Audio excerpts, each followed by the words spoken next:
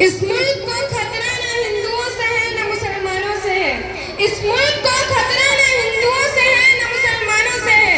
इस मुल्क को तकलीफ है तो सिर्फ बेईमानों और गद्दारों से है। भूल मत करना इसे पापा की परी समझने की। मुझे इस वतन की रक्षा के खातिर हथियार उठाना भी आता है। यहाँ की चांदनी मिट्टी का ही गुणगान करती हूँ। मुझे चिंता नहीं है स्वर्ग जाकर मोक्ष पाने की, कि मुझे चिंता नहीं है स्वर्ग जाकर मोक्ष पाने की। बस तिरंगा और कफन मेरा यही अरमान रखती हूँ, यही अरमान रखती हूँ। आदरणीय प्रधानाध्यापक महोदय, सभी शिक्षकगण, माननीय अतिथि एवं मेरे प्यारे दोस्तों, आप सभी को स्वतंत्रता दिवस की हार्दिक शुभकामनाएं।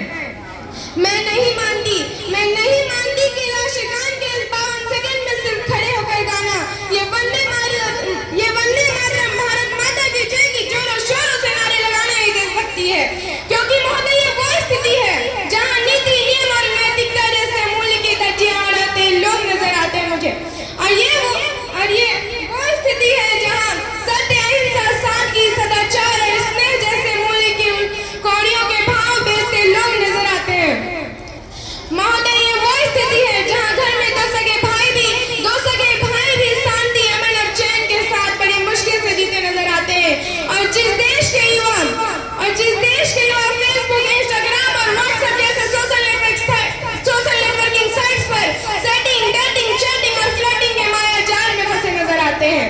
अरे मुझे तकलीफ तो तब होती है जब इस देश का युवा, जिसके कंधों पर जिम्मेदारी है राष्ट्र निर्माण की और देश समाजों को जोड़कर रखने की, आज मुझे वही युवा पबजी गेम में डूबा और शराब की लत में भीगा नजर आता है।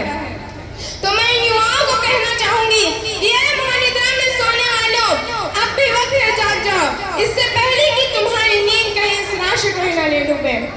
इस मुल्क को खतरा न हिंदुओं से है न मुसलमानों से है।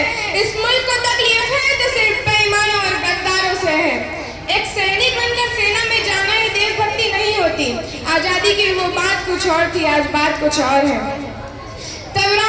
तब झांसी की रानी लक्ष्मीबाई से लेकर शहीद भगत सिंह तक, चंद्रशेखर आजाद से लेकर महात्मा गांधी तक, इन्हें हम देशभक्त कहते हैं। परंतु आज मैं देशभक्त कहूँ तो किसे कहूँ? अपने परिवार, समाज और राष्ट्र के प्रति समर्पण का भाव है देशभक्ति। हर देशद्रोहियों के जीवन में आने वाला तूफान है देशभक्ति। और एक गरीब बीमार बुजुर्ग को दवाई दी जाए तो वो है देशभक्ति। और एक पत्रकार अपनी पत्रकारी पूरी ईमानदारी से करे तो वो है देशभक्ति। और एक शिक्षक पैसों के लिए नहीं विद्यार्थी को आगे बढ़ाने के उद्देश्य से पढ़ाए तो वो है देशभक्ति। और आज के ये नौजवान युवा इस वतन में दूसरे को मारने के लिए नहीं, पहले खुद मरने को तैयार हो तो वो है देशभक्ति। तो मैं इन देशद्रोहियों को कहना चाहूंगी कि हवा में जहर घोलने वालों, फिजाएं हमारे इशारों से बदलती है। तुम क्या तस्वीर बदलोगे मेरे हिंदुस्तान की? सेवक के जिगर में माँ भारती बसती है। और अंत में किसी शायर की पंक्ति और अपने तमन्ने के साथ मैं वाणी को विराम देके यूं कहना चाहूंगी कि काश मेरी जिंदगी में सरहद की कोई शाम आए, काश मेरी जिंदगी मेरे वतन के काम आए। न खौफ है